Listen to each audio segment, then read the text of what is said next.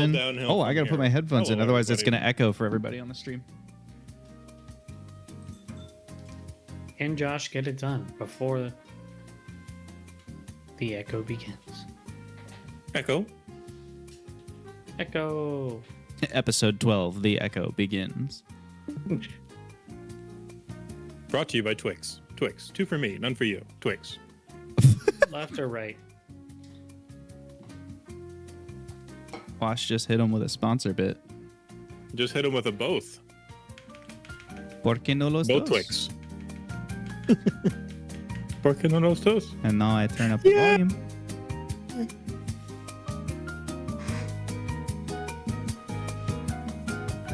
A What's plus. a porky no los dos? I don't know how to continue this bit. I don't know how to yes and that question.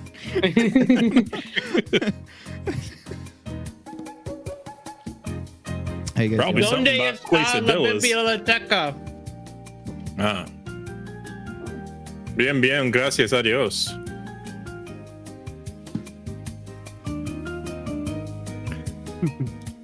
Sometimes I just like Good, wait good. to Thank see you. if the- Goodbye. Just wait to see if the bit will just grow without me. Sometimes you just have to observe the bit. So, gracias a Dios actually means thanks be to God.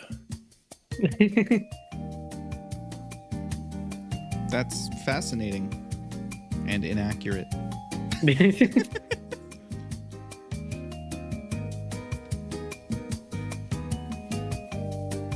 Well, I guess there's no banter today.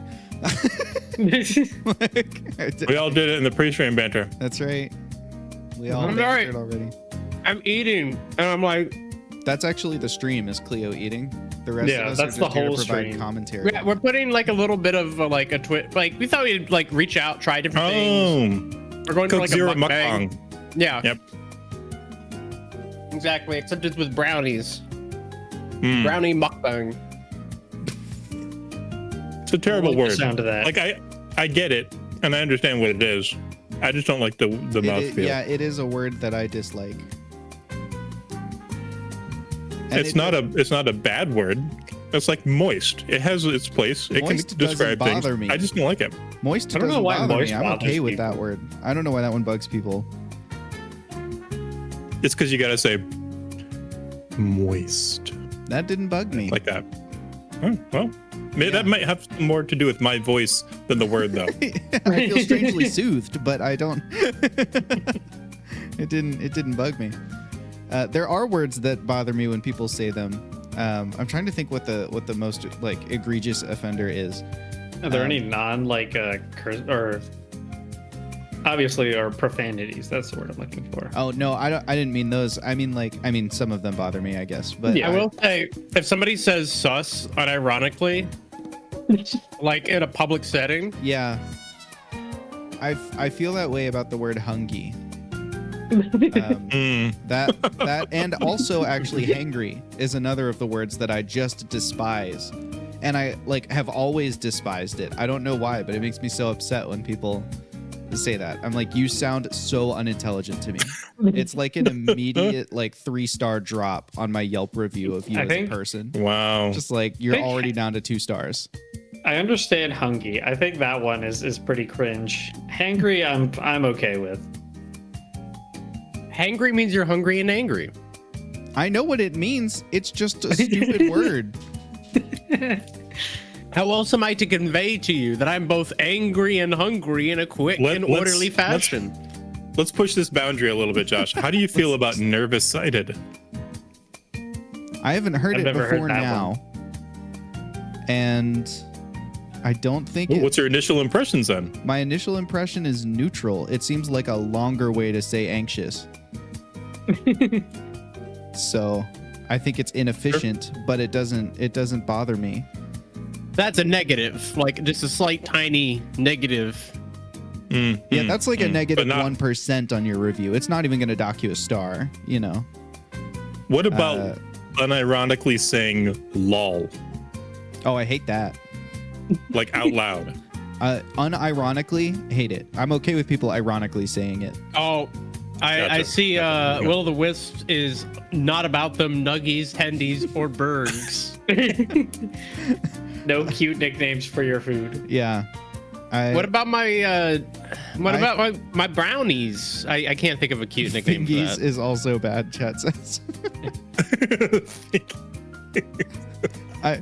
One that like is an instant no for both me and my wife is when people will say like a skizor instead of scissors, Scissors. or I have never heard that. I've never heard that. I've heard it. A lot. skizzer or skizor or scissor. It's just All of people those are big issues for me. mispronouncing it intentionally. Yeah, I don't care for torlet. I've never haven't heard heard that. of Like, Torlet? Torlet? yeah, torlet. Yeah, that's like a We're going on a Michigan tour? thing. Yeah, You're going torlet. on tour for your toilet? Yeah, or using the Tor protocol for, in Yeah. the bathroom, I guess. That's where I Toilet. do all my business. That's certainly where you get your drinks. Oh my goodness.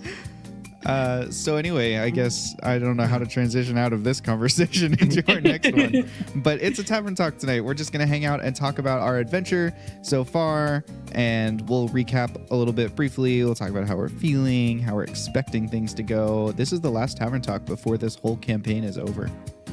Gasp.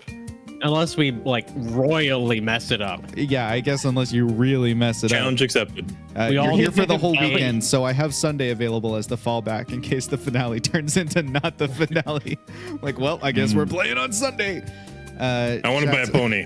Chat's what trying to happens find the if perfect we- sentence to offend If we all of us. TPK, like, If you and TPK, then- that's an end to the Yeah. adventure.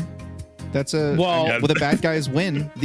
There's gonna be the first thing we're gonna do after this adventure ends is like when you've all left. The first week after this adventure is an epilogue session. So you're gonna get a chance to see what the world looks like. If your characters are in it, we'll get to see what happened to your characters and how they resolved their journeys. If your characters all die, you're gonna get to see what the world looks like when the bad guys win. what if That's we what- somehow scatter the rods to the far reaches of the earth? Again. You'd just be helping them. Like their whole thing in the That's beginning fair. was just keeping the rod scattered. That's right. Yeah. What if we hand them Yeah. off to Four Guys Ventures and Vibes, and they take up the mantle?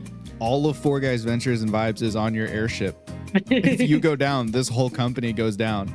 I'm sure there's like one account. There's like one footman somewhere. He like ran paper and one random town for Four Guys. And somewhere in the line of succession, they're now the CEO. That one guy who forgot his passport and couldn't get on the airship, like he couldn't get through security or whatever. He's like stuck Mr. back in Prophecy. Gaim. Like he was never in Gaim. He's just like on a random branch we had that never got set up properly. Nice. He's technically It's, still on the payroll, but doesn't even remember that he works for us. We promote Ronald to manage one of the city's Four Guys Ventures and Vibes guild, I guess, houses, locations. That's like Amazing. Was it Good Omens, the one with the Witch Hunter Society, where it turned out like this entire like group of people was being paid to hunt witches, but none of them existed because one guy figured out if he just put down names on the registry of like, yeah, no, I just recruited this Captain Cupboard and Private Tea Kettle, and they just paid him all their salaries, and it was something ridiculous. And I just like think that that's somebody somewhere. I'm not following you. Four I don't, Guys I don't know Ventures. what show that was. I know the show. the It's show. been a while since I've seen it, so I can't Oh say well, if it's it is a from there. show, isn't it? If it is No, somebody somewhere, that's pretty sus. I'm thinking of the book. Sorry. You Oh. are a book, an open book. And speaking of being an open book, Well, that's let's talk about our adventure. Since our last tavern talk, we have had a ton of episodes because we skipped a tavern talk to do an in-universe one-shot. So since then, we've had the one where they say they won't split the party and then do, the one with the falling T-Rex, the one where the search for K ends, the one where Fox meets his maker, the one where four guys are away for a while, the one where they explore the space library, the one with the parachutes, the one where they don't buy a pony, and the one where they don't walk into an ambush. That's been our kind of synopsis here. We've covered a lot of ground. Basically, I'll do the short kind of recap thing here because it's enough sessions that I doubt any of you remember far enough back. The one where they say they won't split the party then do, you had just escaped from Geim where the city was besieged in your airship. You had been searching for Kay's airship lost among the skies, and after a month of fruitless searching, you came across, basically you were like, well, there's only 2 spots left it can be. You went to one of them and it was not the right one, but what you found there was a sort of Franken city that had been built from the wreckages of all the other airships. They had been kind of smashed together or tied together by a Sorrowsworn that was trying to create a community for itself to get rid of its like destroying loneliness, but it couldn't. So you explored the Franken city, and then when you left there, we move into the one with the falling T-Rex, which is you sailing into the unnavigable mists, the mists of lost travelers, which surrounded the Pillars of Eternal Vigil. So you were just trying to navigate through there, get to one of the pillars, which is where you thought K must be, and through that you encountered they weren't really defense forces, they weren't looking for you, but you were attacked by some things. And Jeb turned into a T-Rex and began falling while fighting, it was a death kiss and some minions that were with it, and was falling. In the next one, the one where Fox meets, or the one where the search for K ends, I should say, you resolve that combat. Bruiser does some quick flying to catch the party, and you make it to one of the Pillars of Eternal Vigil where you find K's airship, but not K. It turns out he has climbed the Pillar of Eternal Vigil to its summit, which is 24 miles up, and so for 6 months, the party hike 24 miles vertically until they arrive at the Citadel of the Order of the Exalted Ring, a reclusive group of wizards. And in the one where Fox meets his maker, you explore that citadel, and you find, among other things, a psychic broom that Fox decides to take with him. And you also meet Kay, and Kay has Zothkug with him, and so you find that Zoth has been brought back to the world through somewhat shady circumstances, involving maybe the Demogorgon. You find Kay, you have a big long argument with Kay, who is not interested in returning and performing the cataclysmic ritual, which ends in Fox committing to uphold Kay's promise of ringing in the month of Mellow if Kay will support the cataclysmic ritual. And so Fox basically is like, I'm going to step into the shoes of an avatar and try and do this big leadership thing. Huge growth moment for Fox, very fun to watch. We go from that to the one where they explore the space library, where I thought you were going to leave in a hurry, and instead you all were like, it's 6 months, what's a week? And you explore the Citadel of the Order of the Exalted Ring. You find all kinds of cool books. You try and take them with you, and the library fights back, essentially. You found some dangerous books, including the Demonomicon. And so in the one with the parachutes, you decide, well, if the library is not going to let us leave with these, we need to make sure that especially this dangerous one, the Demonomicon, nobody else finds it. And so you do some complicated magic to hide it in the space library. And Owlin develops parachutes using the knowledge in the library. And you parachute off the side of the tower, falling for about 10 minutes in free fall. All of you, including Kay, who is like not a dude who's in great shape. He's kind of like a couch potato build. And that's the like D&D meta build name. He's couch potato build. So you all parachute off. You do manage to, with some lucky rolls, make it back to where you started, which is 6 miles off the ground in the kind of wreckage of Kay's airship. And you find a way to sort of magically cheese summoning your own airship to come back to you. And so in the one where they don't buy a pony, the Cug boat comes after a month of you sitting there sustained by apples and apple cats. The Cug boat flies back to rescue you, picks you up from the Pillar of Eternal Vigil, and deposits you at the southern edge of the Cavorite Mountains. All that remains in your quest, basically, is go to the like consecrated place or the special location, which happens to be in the Cavorite Mountains, and do the cataclysmic ritual. And so in your journey to get there, you are dropped off at the base of the Cavorite Mountains because it's not safe for the airship to fly over them. And you begin your trek linking up with Savage Tempest, who, since we last saw him in like the end of season 2, you since then, he has been escorting refugees through the mountains, and so he knows the terrain really well. So you link up with Savage, and he helps you through the mountains. You pass by Stainless without going into it and see all kinds of weird, dark, spooky things there. You skirt around some patrols. You are attacked by a living spell, which is a weird thing to find in a world with no magic and no weave. You pass by the strange Academy of Arcane Recomposition, a building that has been secretly constructed in the Central Cavorate Mountains. For what purpose, we know not. And finally, Savage conducts you in the one where they don't walk into an ambush. Savage conducts you safely to the cave network where you can get to Kavor's lair. And so you part ways at the entrance of that cave network. You kind of have built your fire. You're turning in for the night. And Savage is like, all right, I'm going to get back to escorting refugees, and leaves. And you all go to sleep so that when we return in our next session, you will be navigating the caves to find the lair of Kavor, the oldest dragon in the realm of Urada, to ask her permission to use her lair for a cataclysmic ritual, which will certainly invite all kinds of dangerous things there. So that is the brief and concise recap of the episodes that we have had. How are we feeling? What, like emotionally, in character, what has been difficult for you in these past sessions, or what was exciting, or what twists stood out to you? I mean, I'm not looking forward to however Fox is going to try to pull off the month of Mellow. He'll have Zoth. I mean, that's fair, but him and Zoth are not, from Fox's point of view, on good terms. I think we'll get there. I hope so. Zoth certainly wants to.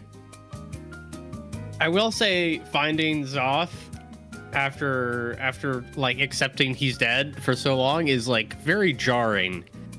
I think for anybody, finding out that someone you had grieved over and have moved on from has like actually been alive and been like, hey, yeah, we just been chilling. I would be upset. I'm upset, like. Yeah. That's fair. So I think Fox wants to recognize the fact that it's, a blessing that Zoth is back, and trying to get past that without, venting his frustrations at Zoth, and just trying to wrestle with that. Crazy times. Very crazy. Like kids these days. Can't die like normal. Can't die like normal. Back in my day, we sold pony. Yeah, what was your favorite thing that happened in the past 10, 11 sessions, and why was it Rufflestump? I was trying to help out the future episodes by making travel easier. I'm sorry. I am not. I love Rufflestump. All right. You love Rufflestump? Yeah. Rufflestump. Classic. I will say that was a great funny. session. Yeah. How about you guys? I love it when the DM puts all of this epic stuff together, and then his players sit around in a circle and reminisce about that one episode where they tried to buy a pony and don't. And they're like, wow, that was a great time. Well, I think it's just because we generally are much more serious, and so when we have these sort of pure D&D moments, they tend to stand out just because we're not super off topic most of the time. It's just so classic, though. I've been there so many times. A lesser DM would have been very offended, but I think it's great. I love it. I'm here. It for only it. happened because I thought Josh had stepped away for a second. I didn't hear Josh, and I was just like, I'm gonna take up the mantle and be this NPC. I can do this. The most yesing of all ands. That's right. The most yesing of all ands. Amazing. Oh boy. How's Jeb doing? Jeb is man, he is not sure about anything, and that makes it really stressful to plan for contingencies. It's like everything's coming to a point, you know. Yeah. I think the most recent great big monkey wrench is that aboleth that we just walked by at that Arcanum library, and it's just like, well, that's another thing. We'll just add that to the pile. We'll just slap that onto the cake. Do we even know how many of them there are? We've killed 2, haven't we? That's one of my questions for you tonight. We're like skipping ahead a little bit here. Let's do it. How many aboleths do you think are in the world? / how many do you think you'll have to fight in the finale? I think there are 2 more left. What, are they reproducing? I think I was under the impression that there were 3. Oh, I thought there were 4. I think I got that impression from. Didn't we see like? Well, I guess it depends. We saw quite a few, I think, in the siege, right? In the season 1 finale, we fought 2, right? Well, in the season 1 finale, there was like a bunch of images of them. I don't think that there were actually a bunch there, right? Just one. Just one? I don't know. I don't remember. That's been a long time ago. I have to go back. I know. I'm just not saying. I don't know. Yeah. I'm just also, tease. There's the one under Tumbleweb because we didn't kill that one. No. We bolted for that one. We killed one. We dropped from the tower. The building drop. Yeah. Mm-hmm. And then we killed. Did we kill the other one in the Hamatetian city of Nowood? There was one there. I thought the season finale we killed one of season 1. Maybe I'm wrong. Did we kill it? That was the one where we fought it like underneath. We escaped. We escaped and we like blew up the place. We blew up their arcane batteries and everything. But we also had like the undead ghosts or whatever like save us somehow. Yeah, I don't think we killed that one though. I don't think we killed it. What was the second one we killed then? Because I'm pretty sure we killed 2. I thought it was the one where we dropped a fireball in a sealed container. That's. I forgot about that. Wow, that was a fun time. That was Rufflestump levels of fun there. Yeah. Okay. That was like 1.5 Rufflestumps. That one was fun for me because I don't think you realized what you were doing at the time. I think you were trying to hide the smoke plume and you were like, oh, I'll just mend the little hole we made in the surface of this thing. And I was like, are you sure? Because the implications of this are severe. Good times. Good times. Very good times. It's like Mr. Bean-esque story. Just like, oh, don't want to let the smoke out. We dropped the tower for one, and we killed the one in the cube. There was one in the cube, I believe, right? Or did we kill a bunch of shadow spirits instead? I couldn't remember. There were 2. I forget what was in the. There were 2. There were 3 massive cast iron cubes. The one that you set fire to was filled with plants. Right. Yeah. Not anymore. Yeah, we hotboxed that one. Yeah. It's filled with plants on fire now. Well, I don't think it's filled with much anymore. It depends on if it can handle the pressure that builds up inside. I'm pretty sure we set off a bomb, a large bomb. Absolutely. I don't think that box or container exists and thus can be filled with anything. I'm going to drag us back to our recent sessions. Okay. So what was difficult from a roleplay perspective? Like what moments do you think were hard to stay in character, or which moments was it difficult to actually like take your character to that place?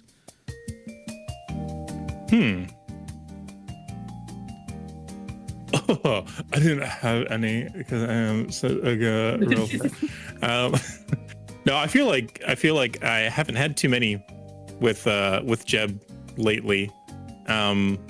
Maybe with FP getting his little tummy, you know, like playing a robot that is now an organic or a synth rather. was a little challenging. But I feel like Jeb, for the most part, has kind of gone through his story arc, so he's just kind of like cruising on the other side right now. I think What about switching Zoth? yeah, switching back to Zoth, I think like initially was a little bit challenging, but I feel like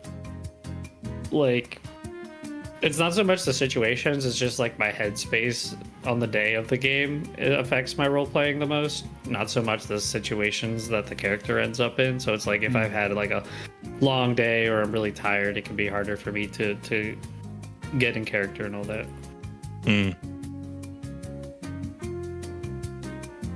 I will say, for my part, just trying to work around I want to keep Fox real in my head, right? Like believable, and it's really hard to keep a version of Fox that is still like functioning and moving forward, and also wrestling with a lot of the things he should be wrestling with. And so trying to find those moments of like, okay, I need to take charge and move the story along, and or like do something, right? Because Fox would need to do something here, while at the same time still trying to find room to deal with, Zoth being alive, taking a charge of avatars, it's a whole lot. So Fox has been overwhelmed since day one, and it hasn't gotten any better. Okay. Fox's cup of whelm has been running over since we started this thing. So it's just been like him, like after he grasps one thing, he already has 2 or 3 things on his plate. Fox is just like, I want to get out of this boring town and go find some adventure. And then he does, and he's like, wow, I hate this. Yeah. He's like, whoa, I thought Miss me maybe with that. I'd maybe go on a few capers, have a fun time, in and out, quick, Maybe give up 5-year on it and go adventure, home again, Yeah. So a little quick and easy, and woo, saving the world was not on his agenda. What about... There was a point he almost went home. That's true. He nearly gave up. Mm-hmm. What about on the other end? What about exciting things? Like either, in character, things that were exciting for you, or as a player, like exciting twists or moments, things that you were just like really thrilled about. I actually really liked the design of the shipyard and that whole encounter where like us exploring the ship, and then you had the thing that was like trying to grab us, or the death kiss. Like I thought that was a really fun and creative use of the environment. It kind of reminds me of The Kids Next Door, if you remember that old Cartoon Network show. Yeah. That Where was good. like, they'd be like, a lot of their home bases would just be this collage of random junk and stuff. And I was just like, man, wouldn't it be so cool if 4 Guys Ventures and Vibes made like a home base out of this? It was fun to envision like what the city would look like when, put together by something with such crude tools as a Sorrow Sworn. And I think it made for a really interesting setting. That was one of the highlights for me too. I really enjoyed that space in that dungeon, and I was glad that like you kind of explored a lot of it as opposed to just like we're gonna run in, do the thing, and leave. It was pretty fun to sort of like, oh yeah, we're gonna explore the different pieces, and it'll be spooky, and the mist and the sounds, and I just really liked that a lot. Split the party. Getting grabbed out of nowhere. Yeah, It was like, oh. love that. What a great built-in way to split the party. It's so efficient to cover ground when you split the party, and A and B plots are really fun. That is But true. your action economy just dies. I do actually find that I have really enjoyed all of the sessions where we have an A and B plot happening. Yeah. I don't know if we've had like a real chance for an A-B plot in this last segment. I mean, I don't think it would like the No, it setting wouldn't would have worked. Yeah, lend itself to that. Like this is like the coming together final boss sort of mission. it's definitely the trade-off of like being really plot focused. I'm just saying, Uncle Iroh was a B plot, okay? Everybody loves Uncle Iroh. I mean, I have That's a true. feeling True. that for the ritual stuff, like we're gonna go into the cave, talk to the dragon, and then call in, and then we call them in. They're gonna start the ritual, and it'll sort of be this hold everything off Hey. of the avatars while they're doing this ritual. We've never met this dragon. We don't know That's what true. kind of personality this dragon has. For all we know, we show up and it's gonna have the proverbial double-barreled shotgun ready and fire without asking shots. We don't know. From a meta standpoint, I don't think that'll happen. You don't know I that. have full confidence in Fox's ability to handle that situation. You don't have I to do go too. outside. It's just fun sometimes. Yeah, Just don't happen. I'm perfectly okay with it resting squarely on Fox's shoulders. Same. just gotta talk down a mad dragon from, doing whatever it has in its power with the proverbial double-barrel shotgun. You've talked to many a dragon in your career. I will say that it was one of the things that surprised me the most about this fleet of sessions is that you decided to leave all the avatars on the airship. I understand why you did it. I think it's a smart call, but I think it's really ballsy for you to be like, we're going to go meet the OG dragon of the world and not bring one of the beings of near infinite power we've made friends with us to intercede on our behalf. I wanted to bring one of them, at least one of them. I think we made the right call because it's like calling in like the extraction. You set a timer, all of a sudden things are set into motion. You can't stop. At least with this, right? Yeah, it might take a little bit more convincing, but we have all the time comparative to we shot a flare up in the air and now an airship comes out of nowhere and then all the people and all our neighbors are like, what's going on? Who set the forest on fire? The I HOA don't shows know. up. You can't shoot flares here. Like, Yeah, right? Like, I mean, we're just gonna press Sorry. up, down, left, down, and throw an avatar stratagem, and then they'll just we're just right there, and it'll be all good. They'll be like, see, dragon, avatars right there. completely unrelated except to what you just said. It is so funny to me to watch you be into an FPS game. So, It's been unique. yeah. yeah, sorry for those who haven't caught on. We've been playing a lot of Helldivers too lately. Those Fun three game. Speaking of your journey through the mountains, Savage came back for a couple sessions. Yeah, that was fun. How I did we love feel Savage. It was a about pleasure. that? Yeah, it was a good time. If you don't know him, Sir Tsav, who streams at twitch.tv/Sir Tsav, guest starred with us for a couple sessions. They were super fun.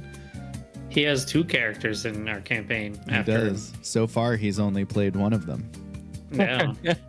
We haven't really tangled with Sir Topham Sav too much. He is the kind of villain who you generally deal with his delegates. Like, rich nobility are the people who like don't get their hands dirty. Yeah. You came close once. Clara hid you in a pie crust at a time when Sir Topham Sav himself was on the search for you. On account of some money missing from one of his banks. What? Weird. Yeah, shout out to that time you robbed 100,000 wingle digits Shout out to from the our bank. angel investors. That's right. No, like what- no regrets. Yeah, Not even one exactly. letter. Yeah, that event followed you a long time as far as your reception in like different locations and your PR and stuff. That particular theft and your suspicion of being involved followed you a while. I still don't understand how they thought we were involved. All right. Those were angel investors that invested in us. We had no idea that money was illegitimate. And you have no way to tie it to us physically being in that vault. So the fact that you We showed up in a completely brand forgot new about it. car the day after the robbery. Hey, there- I don't know what you're talking about. Florida doesn't have an IRS, all right? They don't know. I just flashed back to the moment you were trying to convince Alan that they were angel investors. And Alan was like, I get a chance to roll against this, right? And I was like, you get to roll at advantage when the rogue pulls up in a brand new car. Like, Yeah, man. Some crazy story about the bank. Anyway, it's got a brand new car. wild what happened over there, huh? Good thing I was here getting this new car the whole time. We've robbed It'd the be like total that of two sometimes. banks so far. Yeah, some mysterious investments paid off. I'm just saying. Yeah. It's never not worked. It's never not worked. That's true. How did we feel about the Order of the Exalted Ring? When we first dropped that, I saw some pretty strong reactions in the game that like, oh, that's where we're going, that's what's happening, you know. I thought that was cool. How did we feel about the Citadel? Did you learn anything that you were like, oh, this is a big deal? You know, anything that stuck with you? I'm not very good at lore mastering, or sorry, not good at firing cannons, but I will say I did find it really interesting that we're like, okay, this is like, these people moved mountains, probably literally. And, you know, for them to not be here was kind of like, I was a little shocked a little bit. I was just like, I would have figured they would have figured something out. And, you know, but the fact they're just like, all right, home base, we're getting evicted by nature. Everybody get in the car. Let's go. Well, like everyone get in the portal and go through a door. We're like, everybody get on the bus. Everybody get in our own Taurus, you know, dimensional spaceship thing. And we're Our own Bye. ring world. It's like, Yeah. fine, if you're gonna stop magic, I'm taking my magic and I'm going home. yes. So I really wish like having something there, like one of the things I would like to do epilogue wise, if we get the opportunity, Explore. is more. immediately send like a branch of 4 guys to be like, this needs to be an outpost. We need to be on guard on this place, and we need to be going through it, right? And trying to maybe like reclaim some of this knowledge. If not, at the very least, like, I don't know, be careful, because like Yeah. it's kind of like showing up, seeing that the house is abandoned, and being like, whoa, this guy had like a lot of stuff that could help. Let's go take care of the house, and hopefully he's not rude and we don't appear rude when he shows up back to his house. Right. Jeb's just gonna go back there and be like, squatters' rights. This is mine now. Yeah. I have the tallest wizard tower on the I've been paying the planet. bills. I've been paying the bills. The bills come here. Oh, they have my name That's on right. them. As long as you got one piece of mail. Yeah. That's it. That's all it takes. Yeah. Yeah, I think it'd definitely be very cool to explore more. It's just, you know, we're on a pseudo time crunch, I guess. Still not sure what that time crunch exactly is, but we're on. Tell me, Wash. You know better. Oh, sorry. Go ahead. No, you go ahead. I was gonna ask Wash that he tends to like connect the dots a lot better than I can for like some of the deep lore stuff. If like anything we've found there you think clicked. Deplorable. Yes. Yeah. Deplorable. Deplorable. I think it was really fun for the tower to make the world feel a whole lot bigger. Like there's a lot of big stuff that's going on with that. A lot of very prominent wizards. Just the fact that Tasha's there is some pretty wild stuff. Because Tasha's got some pretty wild history. You know. I just don't know how it's a name of a source material, and so I know Yeah. from that much it's a big name and an important person, but I don't know the details. I believe Tasha was the adoptive daughter of Baba Yaga. And like there's some wacky stuff The with chicken that, leg 'cause house? she was raised by the hag Baba Yaga. Wow. But like there were other prominent like did wizards in that, right? Was Mordenkainen mentioned and Bigby? Am I mistaken in that? I don't remember. I don't think so. But You anyway, found books that might have been by them originally, but who I attributed to other people. Because I like put them into our canon. So like there was some stuff by Laredith and things like that. yeah. But Yeah, Jeb could have stayed there for days, and months and years, and I think Jeb's kind of getting to the point in his wizardly life where he is starting to cross or approach the threshold of hubris that is accustomed to wizards gaining massive amounts of power Yeah. and just being like, well, it's never not worked. Like that's a fun saying when you're a lowly little adventurer and you're feeling a little ambitious and you're trying to Yeah. give everybody a positive nudge. But when you're talking about trying to break reality and maybe try to rewind all time, what happens if we do a planetary chronal shift? What Right. happens with that? It's never not worked. Yeah. How many levels can I upcast this spell? Yeah. Yeah. I will say, like, Wow, I love feel the like idea with of a jet something. villain in the future. Sorry, go ahead.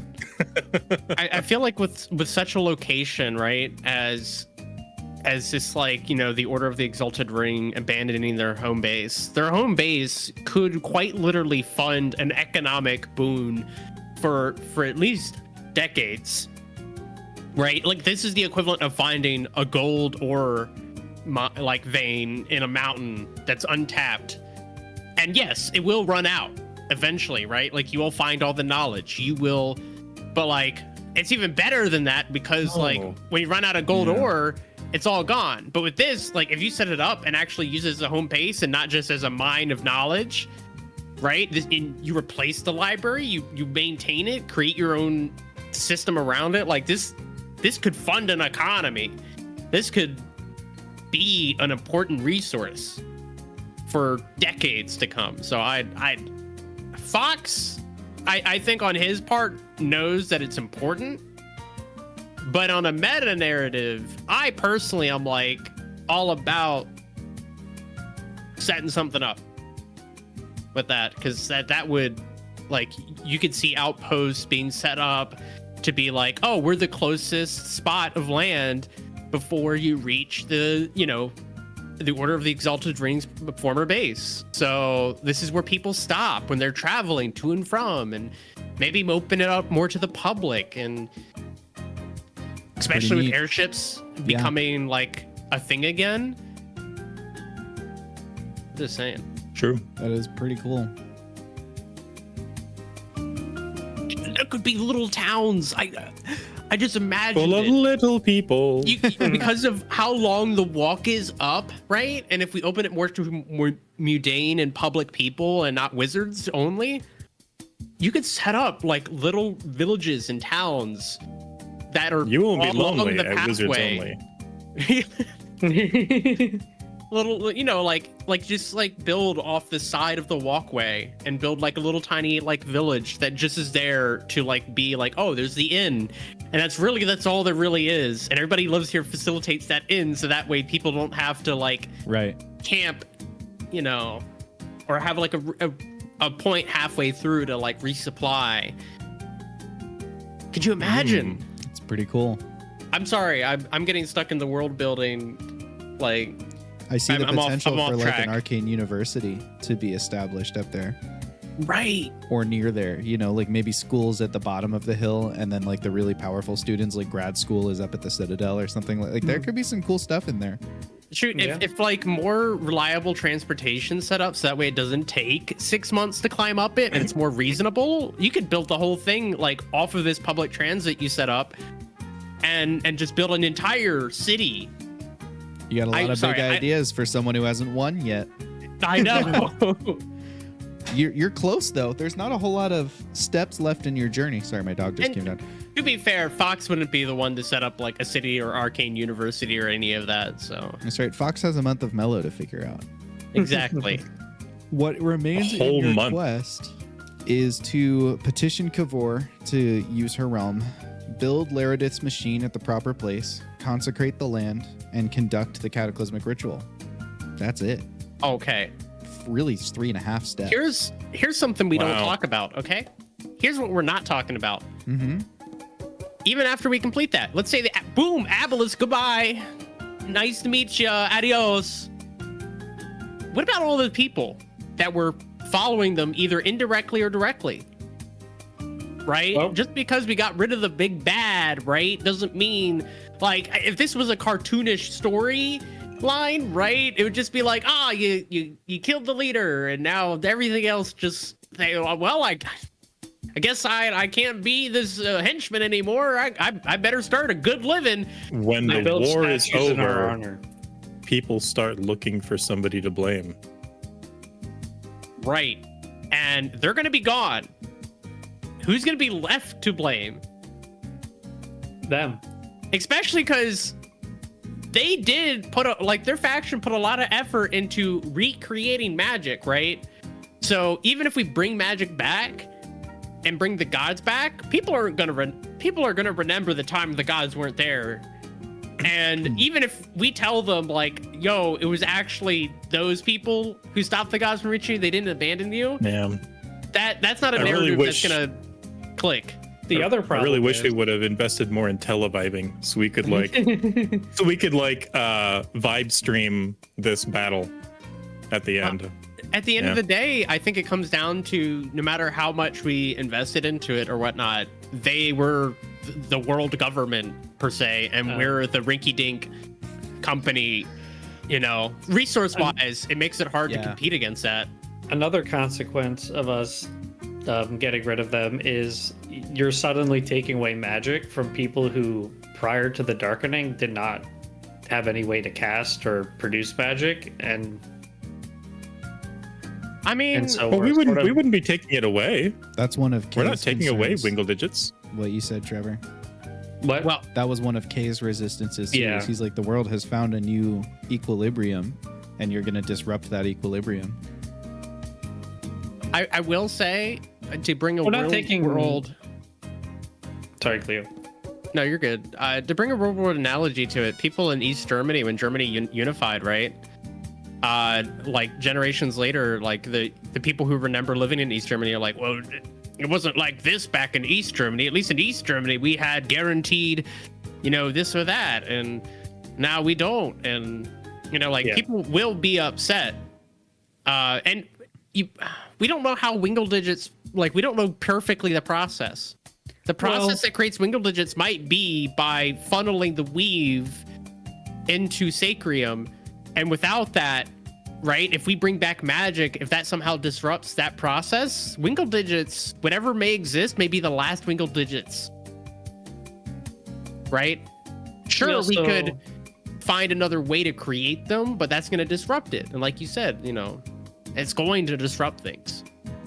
I also think that if we kill the Aboleth, then the main producers of Wingle digits probably sort of lose their power and influence, and Wingle digits probably won't be produced or manufactured in any significant way. So even if they did stick around, I just don't think it would be in nearly the same volume. What happens Also, to I don't the think world economy, which has converted over to Wingle digits? Hey, I already forget his name, but that old man who sold ponies was spot on. Right. Got into the ground floor on gold. What is On it? gold. NFBs. Yeah. NFBs. That is another highlight moment for me. No. NFBs. So, yeah, that's another thing to think Non-fudgeable. about. We're going to rip out a lot of the power base for not only the Aboleths, for a lot of other people. And even just historically, what happens when you remove power and you leave behind a vacuum and don't fill it, right? And I don't think we're in a position to fill it. I think we might be in position to maybe take charge in one or two places, but the whole world at this point, as we know it, this whole continent is going to be dependent on this power. We're going to suck it out. We are going haven't really gotten the great cataclysm, and it's not going to be the ritual. It's going to be the civil wars. It's going to be the warlords that pop up trying to fill those power vacuums. You know who We might be haven't in really- a position to capitalize on it? Gaim, the king, The they're going to Demogorgon? be. Udril. Oh, and the Demigorgon, yeah.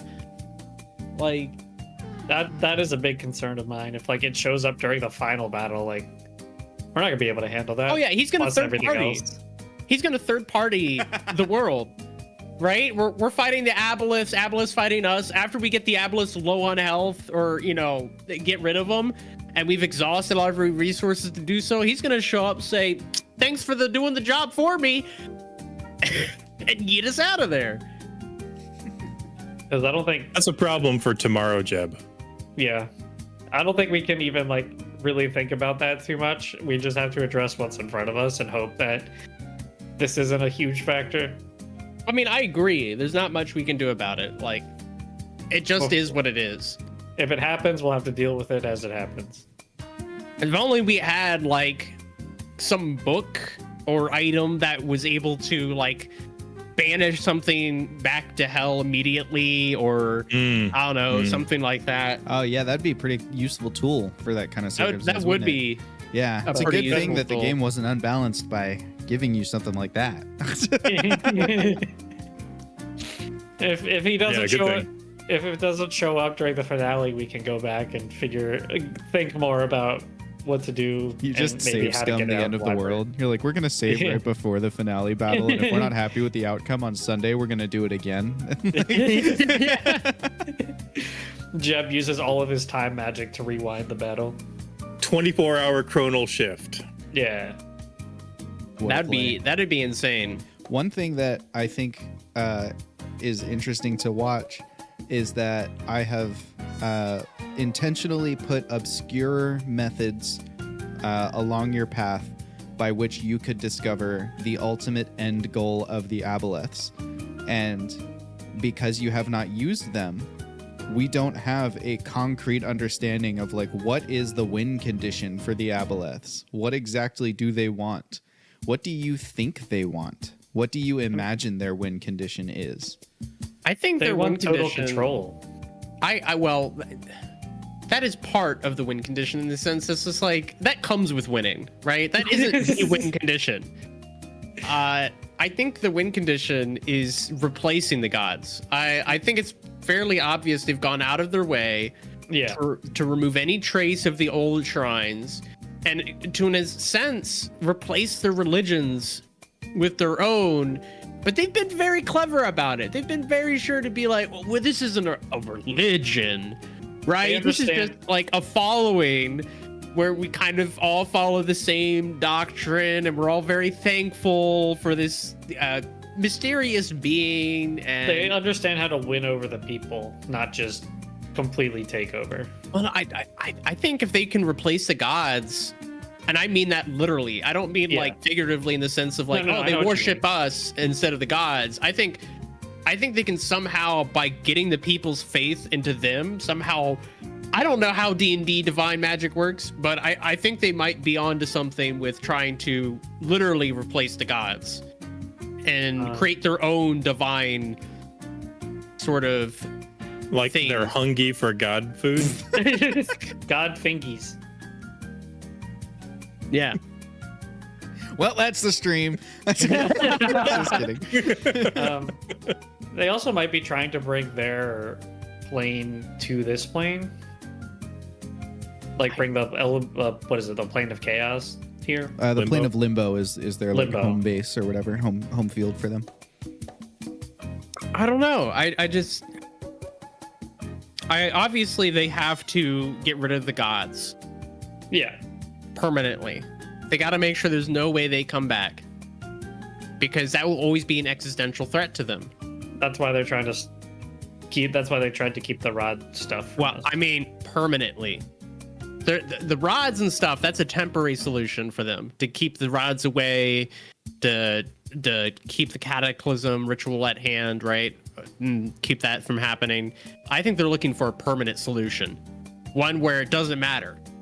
Like, bing bam, the gods are gone and they're never coming back, and there's no way to bring them back. I'll point out that the rods were not a very big deal to them, other than like, we should probably keep this strong artifact broken, until they captured Jeb and learned what he knew about the cataclysmic ritual. And after that, they began making a much more deliberate push towards, oh shoot, like the rod is a big deal. We gotta deal with that. Whoops. Sorry, guys. Not your fault. All because of a failed, wisdom or con save, right? Wisdom. It's a little bit Jeb's fault in that Jeb was Oh, like, it's totally my fault. I see us having a fight. I will teleport alone into the ocean of the Umbral Sea where the aboleths are swimming, instead of like, we should all go. That's a little In my bit on defense, Jeb. I didn't think about it. That was to save. That's what should go on the Narrative. Jeb shirt. Narrative. If we do Jeb merch. In You know, my defense, I didn't think about it. I will say I was worth. I think that was Well, worth. I would have saved her. It's just a matter of how, like the order of events happening. Nah, I'm a big Jeb supporter. So Jeb could never do wrong.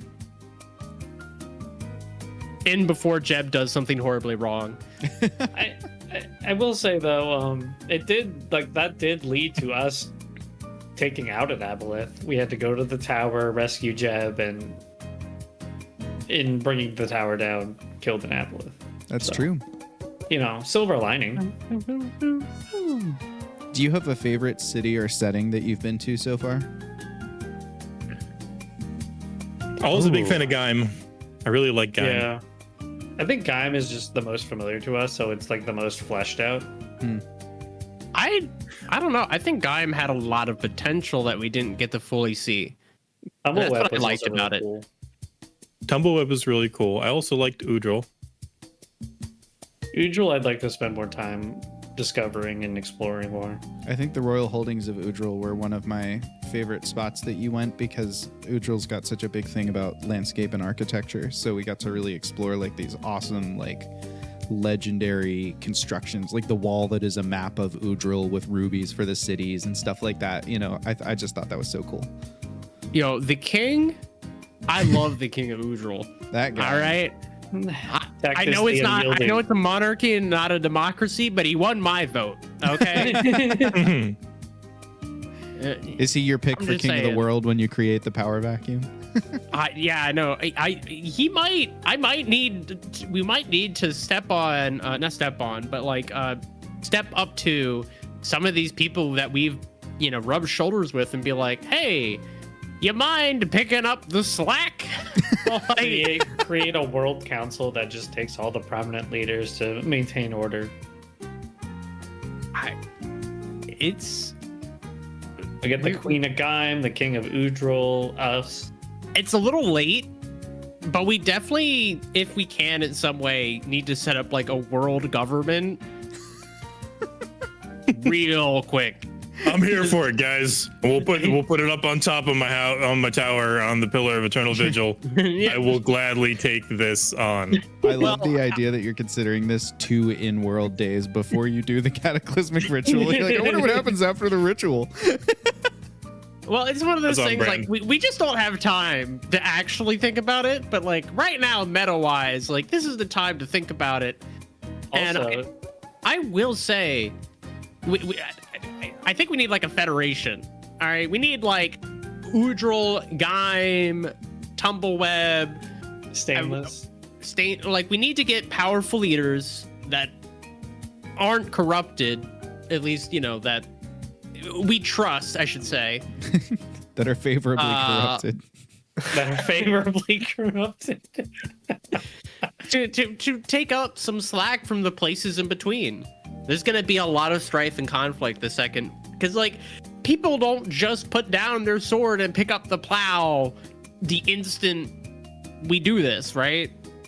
Like a lot of people were convinced with words and not by the slimy water that they drank. The All undead right. sewer queen will not be on the council. I'm just There going to we throw go. that out there.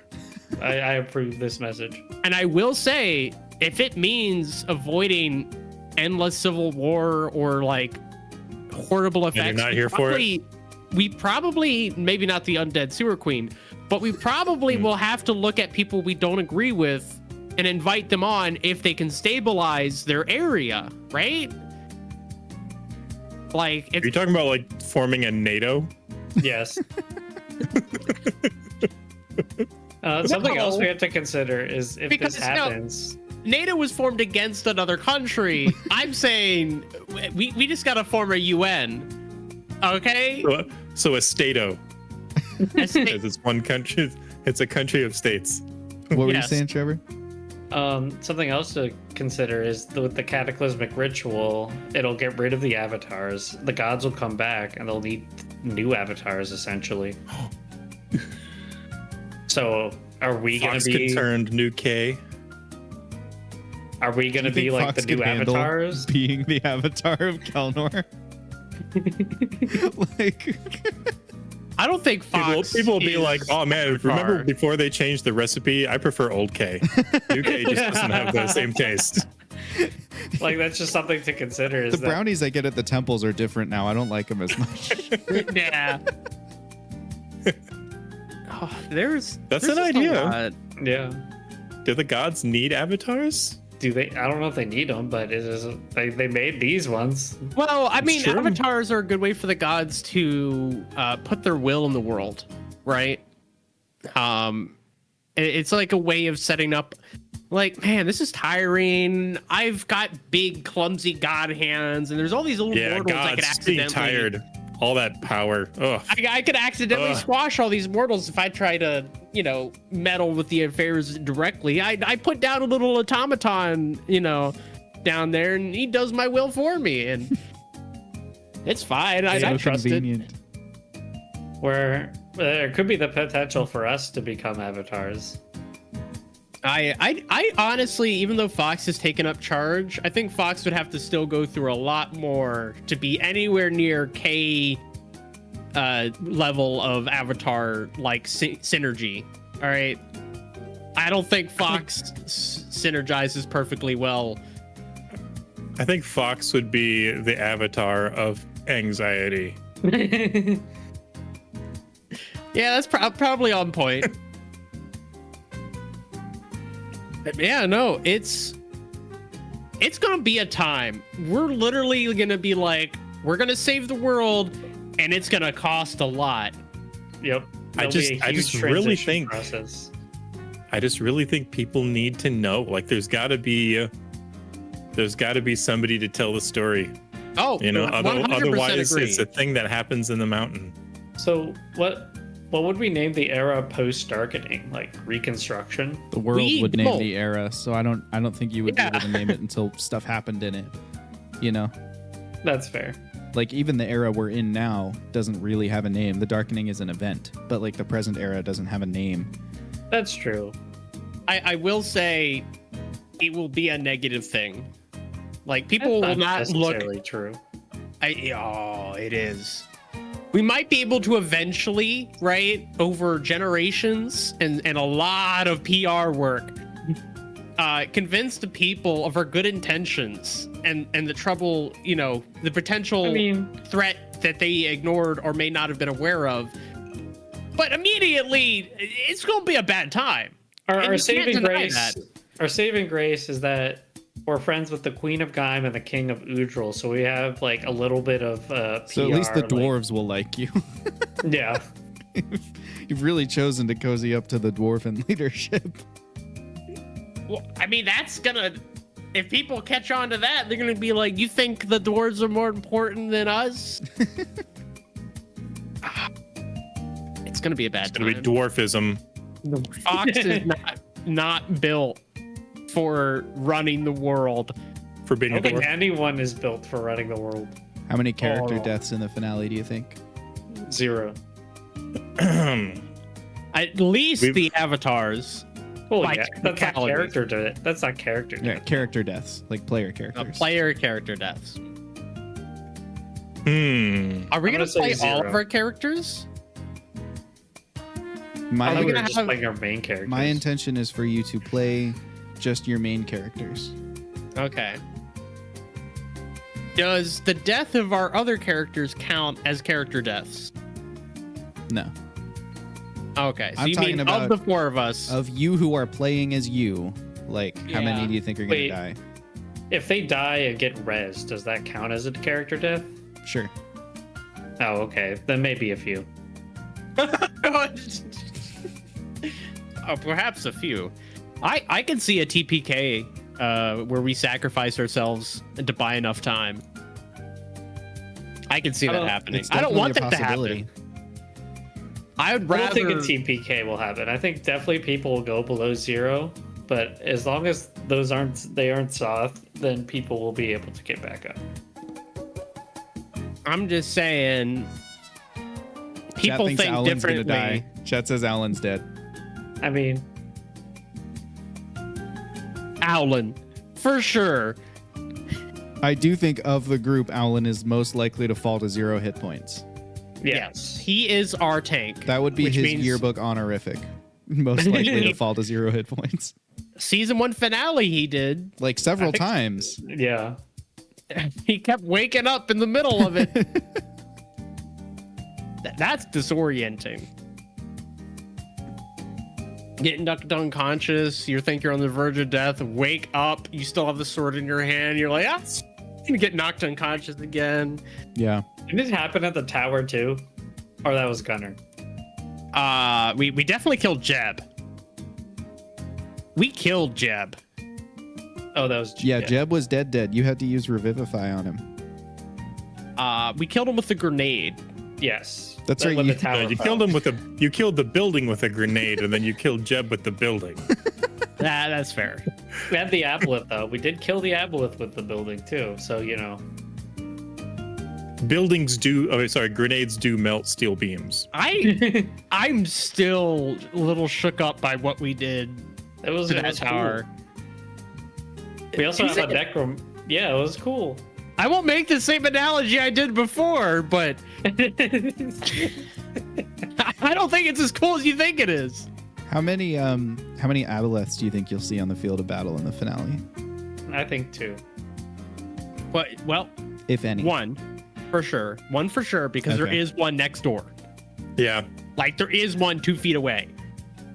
Right? And if they catch wind of what we're doing, they're gonna send everything, all the things and everythings, because it's all or nothing at that point, right? We're gonna put That was chips. also gonna show up. The second we shoot that flare up in the air, our chips are on the table and we have bet all in. And the aboleths cannot afford to lose this hand or fold, and so they're gonna be forced to go in all in as well. Yeah, I heard Trevor say something about Thraxenhow too. You think he's gonna be there? Yeah.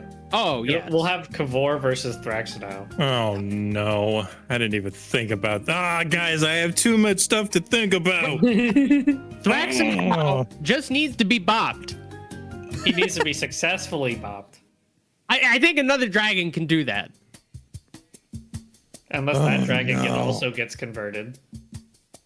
I really hope that doesn't happen, but that only happened because Thraxenhow went by himself to fight an entire army. That's because things were happening. Things right. were happening. You're Yeah. right. That So if just nothing happens, Thraxenhow won't have anything to worry about.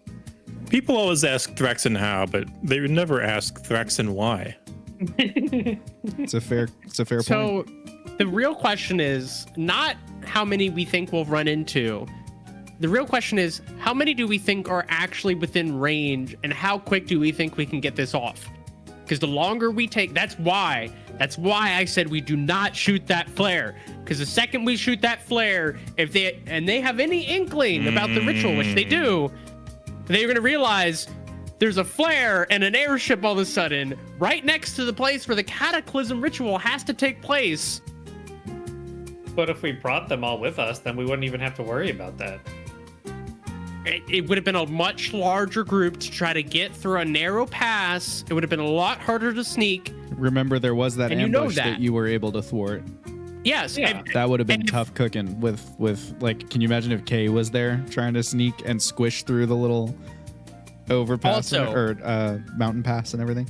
Keep in We handled mind. it fine. Yeah. Well, all right. All of those avatars, every time a copter flies over, I'm just telling you, just from my experience That's true. of playing. All right. Josh knows, right? We play some HVZ. The larger the group of humans you have running with you, the more likely you are to get spotted, no matter how careful you are. That is so All right? true. And that is Yeah. true in any kind of stealth scenario. The more That's people true. you have, it only takes one mistake. You have more rooms for mistakes because of more people, Yeah, right? I agree. If we hadn't killed all of those guards in that ambush and let one of them make it back, I think that would have set off the timer right there. I want one. I hear it and I want it. I'm gonna get one. You want one of these smaller, more nimble airships? I don't Yes. think you did it to us, but I was pretty sure you're gonna like have that sound fire off randomly, and force us to roll stealth checks on our own initiative without telling us. And if we didn't, we were effed. You all several times did that on your own, though. You would hear it and you'd be like, I'm rolling stealth. I'm going to roll. Oh, yeah, because I didn't trust you. No offense. I am not to be trusted. I could see you doing that. Being like, oh, you heard it, but you didn't say you hid. That's tough. Yeah, it's tricky situations. So all I'm saying is the second we fire off that flare, sets off the timer, and that timer is until we finish the cataclysm ritual, right? That sets it off. Yeah. And in that timer, in the time between we set off that flare. Well, what's our alternative then? How are we going to get everybody there? I mean, it's too late now. You can't communicate with the airship again except by means of the flare. You're too far away. Yeah. So No, that's okay. I'm just saying, like, that's why we didn't bring them with us. That's why we didn't fire off the flare right away. That's why we're going to wait to the last second, so that way the aboleths have no time to react. We cause a distraction by blowing something up in where the aboleth is, and then send off a flare and be like, hey, they're not looking over here. I don't know. That says we're talking in terms of armies and world affairs and, you know, marching a dragon and aboleths to where we are. I think the next door neighbor's house is not far away enough of a distraction. If we call it a distraction in Tumbleweb, that would be different. Chat says Colin Thraxenhouse brother distraction now. We still have a favor from Chris's character. Vocaroos. Yeah. Like, how are you gonna tell him? Yeah, it's that's a problem in of itself. And we have a horn. We have K, and we know that K's amplified message spell or sending works. I thought I don't know if we can replicate that. Why? We just need K. Didn't that take like all of K's magic? No. Didn't take all of it. All of it. Took some. It took some of his magic, but he did say that it was going to take line of sight. You had to tell him the direction you thought the airship was going to be when he cast it, so that he could try and get the. We got to do every direction Position then. right. No, I'm kidding. Just do, yeah. Can we just do this like 12 times? You can just start slowly spin in a circle. Yeah. What is the error range? What's the margin for error on the world? Yeah. Does it loop You know, around? If you angle it at a certain way, it'll just keep going until it, Here's like the a ball of the yarn. We don't know that this world's around. We don't know that. We don't. No one's ever figured it out. Are we? No one- We do. It's canonical that the Pillars of Eternal Vigil make the world a lollipop, not a pancake on a stick. Really? When did we establish that? That's cool. I think it was during the world building session where Oh. we were like, oh wait, how big is this actually? And we were like, oh snap, that's like the world is like a lollipop with how far these things stick Cool. off of it. Another. Watch pulling up the deep cut. This is a small detail, but it is one that matters to me, and I already know it, and I'm curious what you predict about it. While you were over the ocean on your way back to the mainland to visit with Savage and go see Kavor and all those things, while you were still over the water, Jeb pulled out the key to the cipher truck and went doot doot. What do you think happened to it? Maybe sad. nothing. I don't think the key has the range to go that far. I don't know. We've called it from very far away before. That's true. Where have we called it That's from and to? We've called it from the other side of a battlefield once. Ah, yes, the Um, other side of a battlefield compared to the hundreds of miles separating us. I don't and know. There was never a range indicator given on our thing. I thought we've called it days away before, and it came to us. I don't remember, but I've been happy every time it's come. That's what I know. I think it's funny that if it comes, We're gonna find it at the bottom of the ocean, and by we're gonna it can find handle I that. mean, it's gonna be Amelia Earhart. We're never finding that again. The post-credit It can- scene where Fox is reuniting with Willow. He's instead at her grave, and on her tombstone it says "squashed by a falling car." I mean, if it does start coming to us, though, it won't get to us for months because it's hundreds of miles away. It's gonna go to the place where we beeped it. I don't think it goes to the transponder. I thought it goes to the key fob. I think it went to wherever you beeped it, but I don't know enough. I really hope it goes to the key fob, because that would be preferable than it driving out into the middle of the ocean. That's true. Again, it still has to traverse like hundreds of miles. Like, but we'll be finished this war, and the ritual either completed or us all dead before it shows up. I'm just saying, if the equivalent of that's like calling it from like off the shore of California, and it's here in Maryland, and it just goes, yeah, it's gonna take a couple days, but it'll get there.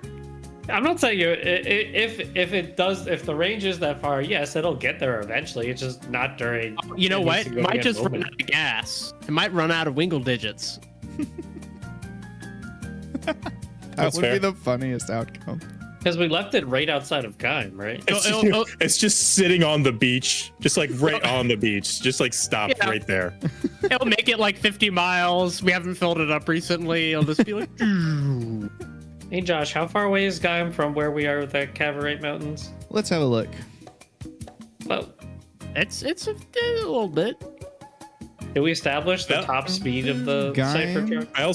I also like the idea that maybe some dwarves in Gaim like took it and started using it, and then all of a sudden it just started driving off with that with them in it. Because last time we had it, we hit it outside of Gaim, right? Yeah, that's We where like we blocked left up a tunnel with it. 15 Yeah. hexes, 30 miles per hex. Whatever 15 times 30 is, that's how far away in miles the 15 cipher times truck is. 3 is 45 times 10, 450 miles. So 450 miles. Yeah. At the time you beeped it, when you were over the ocean, it was 1, 2, 3, 4, 5, 6, 7, 8, 9, 10, 11 hexes in the most direct path. And you said it's 30 miles each hex? Yeah, 30 miles per hex. Yeah, 330. Yeah. It's So, it's and gonna what's be the- somewhere.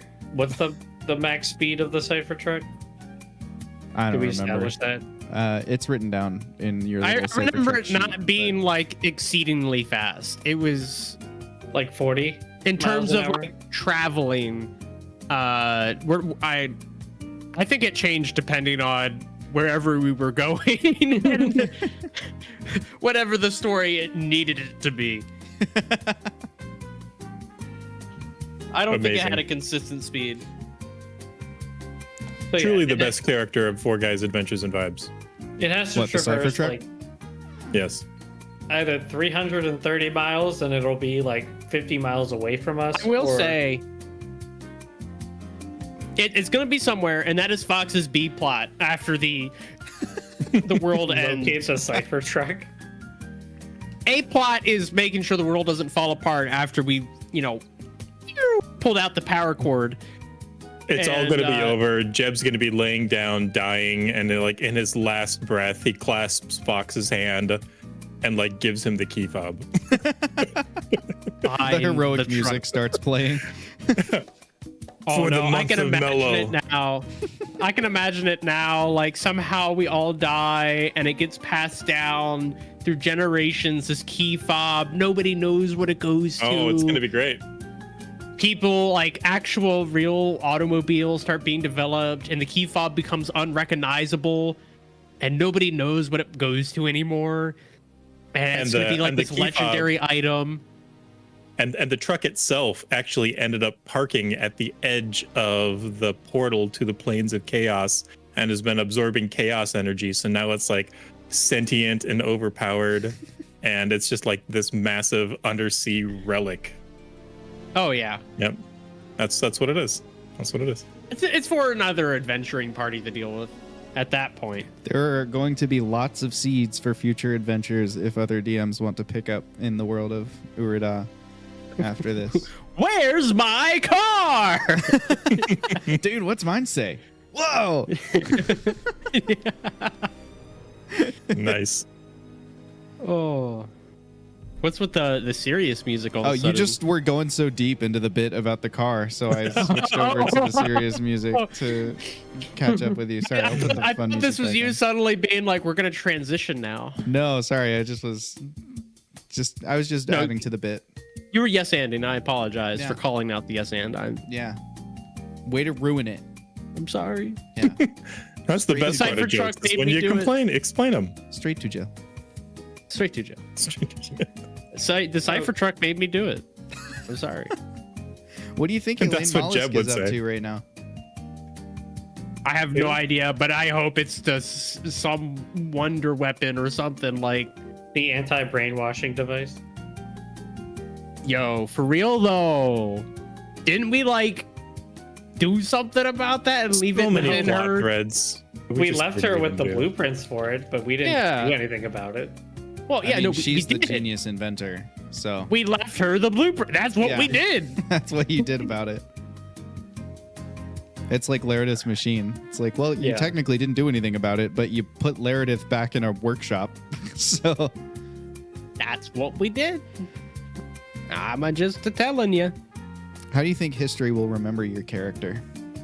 Whether they die or not. depends. Just how do you feel like your character will be remembered by history? I guess that depends if we succeed or not. I think we'll be, unless we do some major PR after the fact, either, the people who survive us or us ourselves, I think we're going to be remembered as villains. I don't. We robbed I think it'll. we blew up, we committed a act of mass terror, I think. and Technically, Jeb didn't. Zoth And neither already did has Alan. Technically, Jeb was a victim in that. Jeb was a martyr, in fact. Hey, Zoth already has a statue commemorating him and Gaim, so he's good. It's true. yeah, what happens when Zoth visits time? I feel like people will feel cheated. They're not going to understand the whole complexities of your resurrection. They're just going to see you and be like, these MFers lied to us. They made us throw this whole big parade. We built a statue in his honor, and there he is. What are you doing? That's a Gaim has new guy. Gaim has a thriving Italian population now. Also, I'm the Princess of Gaim, Caitlin, daughter of Salen, to whom Fox Yes. conveyed Zoth's final letter when Zoth died. What's up with her? Listen, unless she's there for the Cataclysm ritual, I don't think Fox cares right now. Zoth hopes he can return a hero and continue his courtship. I might be Aw. pessimistic, but I was already abound when we somehow convinced half of the people we ran into that we weren't trying to kill them all. That's We're still good at another half that's out there like, maybe they are trying to kill us all. I think it just really depends on what happens after and how manageable it is. Clearly, what we need to do before we start the Cataclysm ritual is invest in gold. He's back in gold. It's not insider NFTs. trading. We don't Yeah. own any gold yet.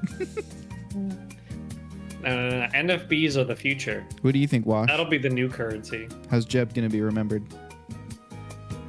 I don't think Jeb wants to be remembered. But how do you think he will be?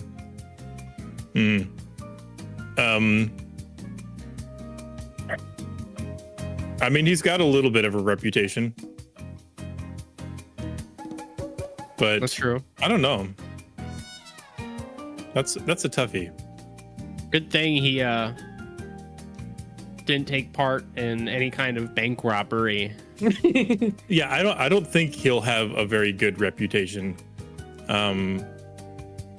unless the truth is told. Right? Like everything that has happened on the surface can be taken a different way, and he is admittedly of dubious morals when the occasion calls for it. So probably not fantastically. He's not a paragon of virtue. But I think he will probably do all he can to not, to lay a low profile. I don't think he wants attention. He wants, his daughter to be able to move on, and that's. Until he starts his wizard hubris villain arc. I mean, Yeah. Jeb becomes the new BBEG when he takes over the tower. Could be. I feel like Your we've audio also switched over, set just so you know. Not a big deal. It did. the death flag for Jeb. I feel like is what you just said. Like, I don't want to be remembered. It's fine. Blah blah blah. And now I can already see in my head the funeral for Jeb, The gravestone medal being living given to him father. or whatever, like posthumously. Yeah, like I hope we can all live through it. That would be the fairy tale ending. How do you think Alan will be remembered since Jake's not here? I think him and Zoth will probably be remembered the most favorably of the group. I don't know. It depends on the interactions. Like, we obviously know what they've done and what could be misconstrued, but like, how have you interacted with the public, right? Yeah. I think out of all of the characters, Fox and Jeb have drug Owlin and Zoth down. Like that is, I think that's a fair statement. Yeah. Because they didn't blame Fox and Jeb for the bank robbery. They blamed Four Guys, Ventures, and Vibes. And I'm pretty sure they did the same for the tower. Yeah. They didn't blame Bruiser and Gunner. I think I think it all hinges on that PR, but without it, I think Alan might be remembered as a mad scientist who basically fueled all of this. I mean, right? Like, we also have like Elaine Mollusk, who's a prominent figure too. So, like, I feel like we've connected with a lot of prominent figures, and so we'd be able to come out favorably reputation-wise just through the connections we have made. If those prominent figures survive. Yeah. Do you feel like you're going to lose any allies in the finale? It's very possible. I don't know who's going to think show up. Gaim, the Queen of Gaim, we might have lost her as like a Stark. And, like, she might still agree with what we do, right? But I think when we abandon Gaim, I don't think she'll ever truly forgive us for that. I think, like, she understands it. She doesn't hate us for it. But we lost, like, unconditional ally support. Like you burnt all your goodwill, kind of a thing. I don't. Well, but if I remember correctly, when we left, like, the heat went with us. Yeah. Like they stopped. They just wanted ambushing. Oh, Yeah. you're right. So that actually might buy that goodwill.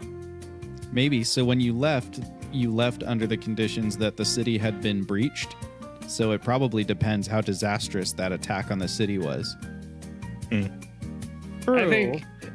But that's salvageable. We could be like, yeah, but then they immediately left because of us. If we stayed, it would have been worse. We also had one of our best counterspell moments on So- that fleeing That was away. a good moment. It was one of your only counterspell moments. Jeb only had just learned counterspell. Yeah. I will say, even that argument is bittersweet, being like, well, yeah, we left, and then everything, they all left. And it's like, yeah, but you can only say that in 2020 vision, like, looking back. You don't know that was going to happen, and to be fair, I don't think we did.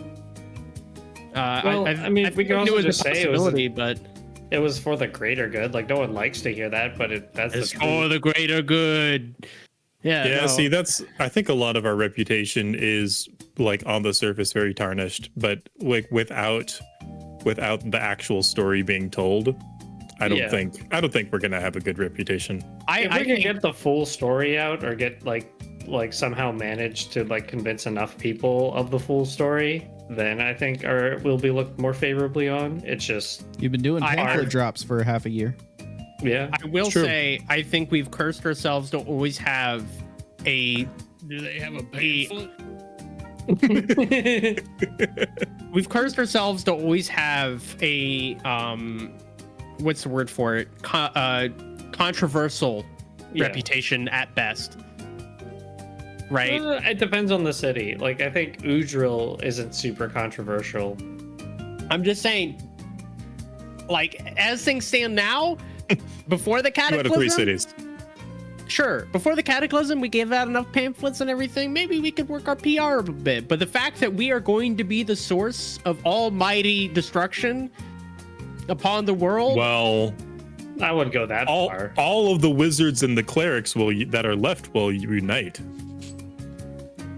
Sure. Like, That's an like interesting we have to question. think about that will very squarely be in our favor if we're like, we brought magic back.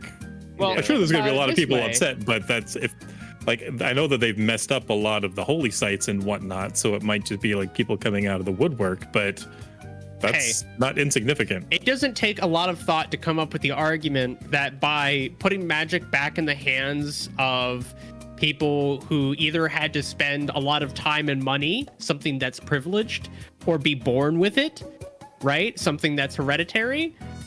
And give it out of the hands of the Winkle Digits. Like the Winkle Digits was a way to give the masses access to magic that they wouldn't have had before the Darkening. And even the whole way back to your time in Red Hill in like session 4 of season 1 or whatever, like that was the selling point of Wingle Digits. Yeah. You know, and Dabbledob Bafflestone's big speech when he was in Udril, and like we've found a way in the result of this darkening, not just to get magic back, we've found a better way to put magic in everyone's hands with these cheap little devices, these little ciphers, you know, and so that's kind of the narrative that you'll be fighting against. That alone will cause people to think that we're basically bringing the world back, right? We're taking all this progress and ripping it away. And in a sense, inadvertently trying to save the world, we will be, right? Yeah. Unless we find another way to keep it open to the masses. People, like in most D&D scenarios, and I believe this is true for our world, pre-darkening, magic isn't accessible for everyone, right? And there is going to be that divide, that social divide of, oh, you weren't born with magic, or oh, you can't afford to learn it, right? Like, Well, you don't become a wizard on a whim. The other complication of something we know that the rest of the world doesn't is that Wingle Digits and Sacrium is a finite resource. It's not like recycling itself like the advertisement would have us believe. Like we learned that when we infiltrated the black sites and all that. They also did not talk about the damage to the dead, like that souls can't pass on. And maybe that's something that you could use in your counter narrative to be like, you know, look, they sold it to you like you were getting something good, but like all of your loved ones are still out there in the void somewhere. You know, they And have also- not found a resting place. If It's we true. could convince them that it wasn't a finite resource like they promised, then that's also another selling point of like it would have run out eventually. And will it even be a resource after the cataclysmic ritual? I mean, it's not like Yeah. it's going to be a clean break to just yank something out of the fabric of reality. Yeah. I think that potentially, right, once the weave's back in the world, somebody with advanced Artificery? You had it right the first time. artificery, yeah, could potentially siphon the natural weave out of, you know, the literal air, and funnel it into something like Sacrium or into inert Sacrium. Or just into Wingle Digits itself. Like I think Wingle Digits as an idea should not go away simply because the society has already developed it to a point where we are going, like, it needs it now. This is just no need to- longer this cool, quirky thing. This is like, oh, the US dollar? We burned them all. The printing press is gone. I mean, I think to be fair, it's only been 4 years, so it's not like you've had generations who have grown up with Wingle Digits. Or it's been 3.5 years, really. Like, you know, you're True. about 3/4 of a way through the... No, like but everyone these- just threw out their gold either. Like they probably just have golds. Well, that they had were prior. paying gold to receive ciphers and Oh, Wingle that's Digits. right. So you paid So into the there's a system, concentrated stash of gold. basically, somewhere in in the the banks. Summit Banking Guild. which would need to be managed and disperse. There definitely would need to be like a government handout moment. Yeah, there Right. may be Like, some interaction Wingle with Sir Digit Topham buyback? Sav coming up. Yeah. Because that's where all the money went, is to the Yes. Summit Banking Guild. And you know they're not going to let that go because all of a sudden that Well- puts them in a very powerful position.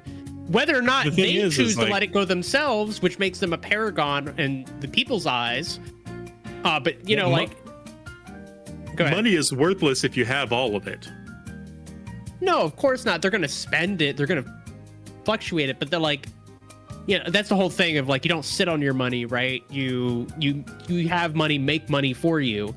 right? You keep it flowing.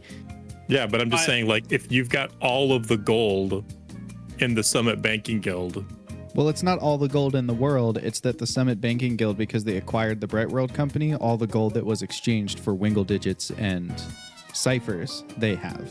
yeah, That's not like, it wasn't an instantaneous switchover. So there's, it was like a year or two of adoption. Because if you remember at the beginning, they were still like hawking ciphers. Like, that's fair. there were representatives like, this is why it's good. You should buy it. And you've still met people even since then who are like, I prefer to trade in gold or whatever.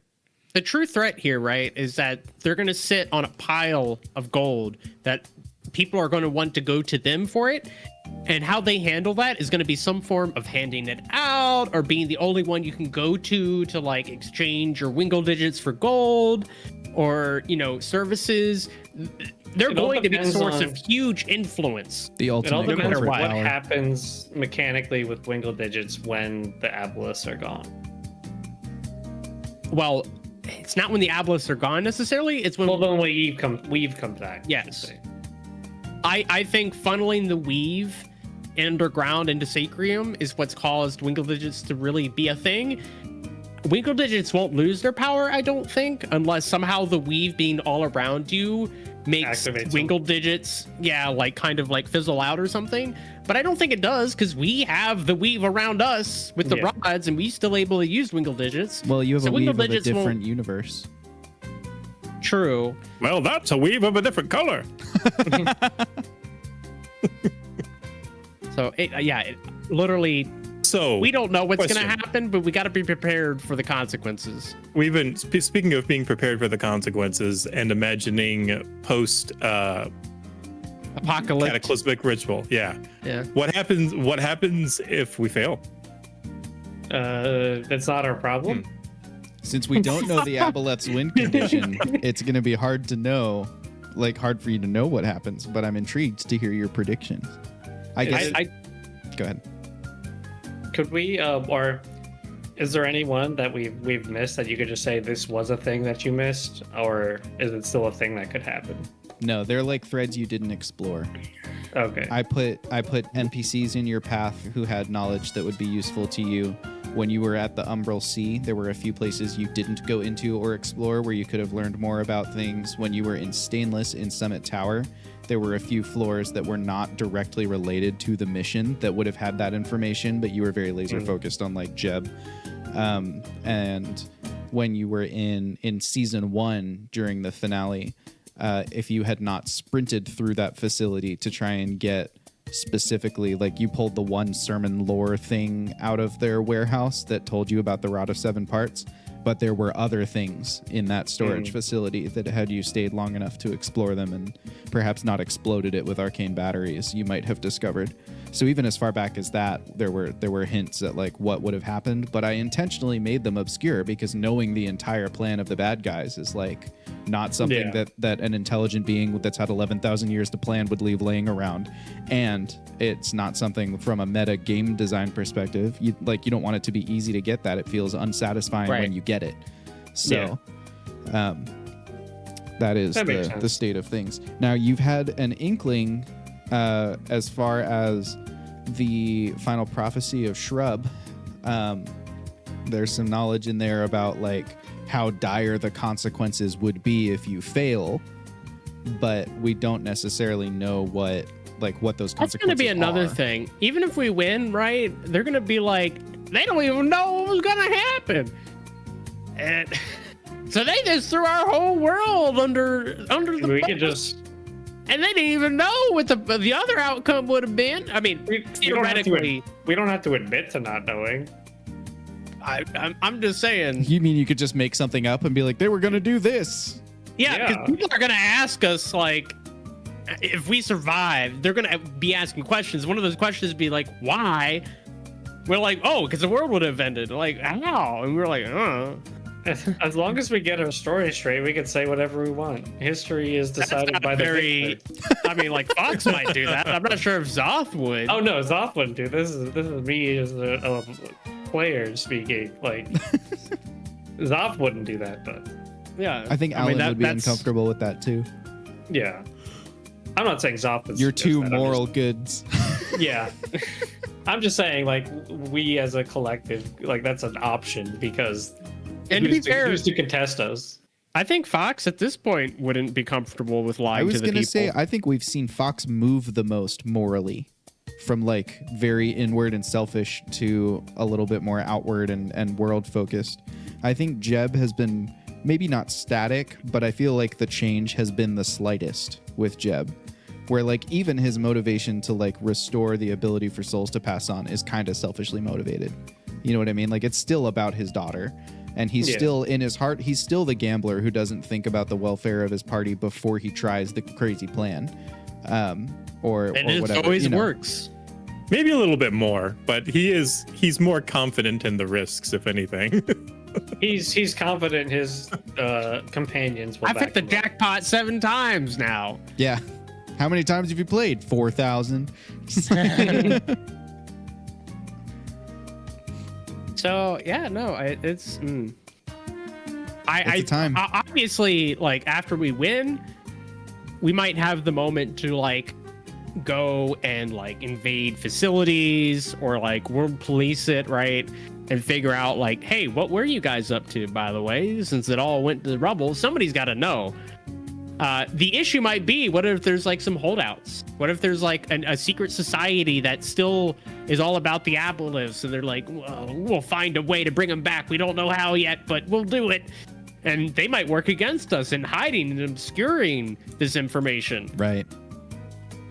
Because if we don't know what their end goal was, we don't know how to prevent it. I am definitely envisioning there being sort of like an aftermath sort of session sure. type experience maybe on Sunday that weekend where we kind of learn, you know, those things and make some roles for some of those things rather than me just being like, this is what happened in the world, you know. Honestly, I'd say a lot of the immediate effects I think deserve to be like in the epilogue, but Yeah, I think leaving it a lot up to just we don't know yet because Yeah, we're not going to learn about the world as a whole, but I mean like the immediate aftermath of whatever happens at the end, like we're going to get, you know, the next few days or few weeks or whatever, we're going to get a glimpse of what that looks like. I think that's awesome because that leaves the door open for so much creative writing and other, you know, the fan fictions ideas. are going to be off the chain.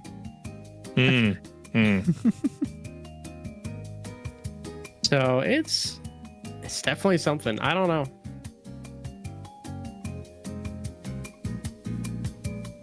I'm excited for it though. I'm excited to see it. yeah. I think it's going to be really fun watching you tackle the big challenge I'm we've been leading up to nervous-sighted. for so long. You're nervous-sighted? Yeah. I'm excited. It's gonna be big. Epic. I think so. So how many sessions until the finale? 3? I think 2, right? Yeah, I think the third is the finale. I'm looking. That's how time works. There are 3 sessions and then the finale. Oh, really? Look at that. Yep. I may, depending on our pacing, I may put another Tavern Talk the week before the finale so that we can get Jake's opinion on these things too. But the way I've written it, I've filled all 3 of those. So we'll see. If you're ahead of schedule, then, you know, who knows? But I think that's unlikely. No offense. I mean, part of me, perfectionist me, right? Like if this was like I was playing a single player game or something, would want to like one, reload a couple of saves or something like a long time ago. But 2, explore some unexplored areas. like I'd want to come to this battle with everything possible, right? Get every ally that could ever be, right? And bring them here and bring, you know, just literally everything to the last, almost, because it's like almost like Mass Effect. I don't know if you ever played that game, but it literally is set up for the entire trilogy to end with all of these allies you've built over the last 3 games converging in one last final fight. Dylan, the allies are converging. The allies are converging. What a throwback. But that's definitely how I'd want to do it. But obviously, I think we played it right in the sense that like we wasted a lot of time as is. on some things, and the more time we waste, the closer they get to who knows what. And honestly, it's better if we have the ability to do it, get it over with. I feel like that's been one of my biggest challenges DMing this adventure or this campaign is figuring out the pacing for the grand adventure, like the overall thing that's happening compared to like the micro, like day-to-day sort of episodes, I guess, that get you there. Yeah. And like trying to figure out how quickly things need to move for it to feel dangerous, but not so quickly that you feel like you can't explore the world that we just built for a month, you know, and like that kind of stuff. And so it was like, I feel like that maybe has been the hardest thing of the adventure from a DMing perspective. I definitely feel like for the last like 20 sessions or so, maybe more, that like it's definitely been a rush, like for our characters. Like ever since we spent 6 months attuning to our rod. Yep. And then 6 months again to just climb a tower. It's like at least that made sense. Like that had to be done, right? Technically, attuning to the rod doesn't have to be done. And also not knowing what the end goal is makes it harder to be like, how much time do we have to spend? You know? Can I ask you a question, Josh? You can ask me. Yeah, I don't know if you or if you'd be able to answer or want to answer right now, but maybe at the end. Is there a like a hard time counter where like if we reach X time in the world, then it's just kind of like over or things are done? Yes. Okay. Well, it's not a hard time counter, but there is progress on the villain's plan that I have been rolling for between sessions. Okay. So, like, as time elapses, I'm like, how close do they get to their big goal that matters? And then I report the flavor of what that looks like in the game. So, like, at one point, when they had reached a certain threshold, I started to tell you that you could see holy sites burning every time you traveled somewhere because they had so it was like I knew what all the bullet points were on their to-do list, and so they've just been kind of checking off to-do list items. And I will tell you they're very close to the bottom of their to-do list at this point in time. In fact, I don't think I could have fudged it to line up better for the finale. Like, that's how close they are and how pivotal this finale session is going to be. I don't think I could have like fudged it to be more intense than what it would be. Now that we're here outside the cave, let's spend 6 months trying to convince the dragon. Good luck. No. We go back on the airship. We fly to Gaim, pick up the queen, pick up the the King of Ujjal's on the airship. Shoot, let's get the band back together. Yeah. We'll just spend the next 3 years gathering everyone. Going on tour. Yeah. Yeah. It's like in a video game, right before like the last boss, you're like, let me go do all the side quests I didn't do. Yeah, right. Well, yeah, because we all know right outside the cave. The second we enter the cave is when the plot moves forward. But as long as we don't enter the cave, like, you know, the people keep telling us that, like, hey, any second now. But like in reality, it never happens. I think it's one of like the funniest things just in general game design is like they present to you this like epic, you know, world-ending event that you have to stop and you have to do it as quickly as possible, but you can really just go do whatever in the game and until you're ready. I mean, to be fair, like a more realistic time scenario would not be very satisfying in a video game sense. Obviously, in a D&D sense, like, you know, not everything's set in stone. Not every little knick-knack and collectible is set in stone. So I just think it's like a funny thing where like everyone is telling you, hey, this is important, you got to go do this, but in reality, you don't have to immediately. Oh, of course. I am happy with what we've done though with our campaign. And that's the other thing. You always with D&D, you always miss something. You will never get everything. No. And that's D&D, intentional. There's also like just outside the lines of like the coloring book pages, there are things where it's like, oh, that thing you missed because I think it's cool, I'm going to just pick it up and put it over here. And then you have another chance to do it. So there's a lot of that happens as well. But some of them, in order to make the world feel real and give you an actual villain who's plotting against you, like there are things where it's like, you know, you come to the fork in the road and you take the one fork, you miss the other side. And like, that's just, it's happened and it's done and it's too late.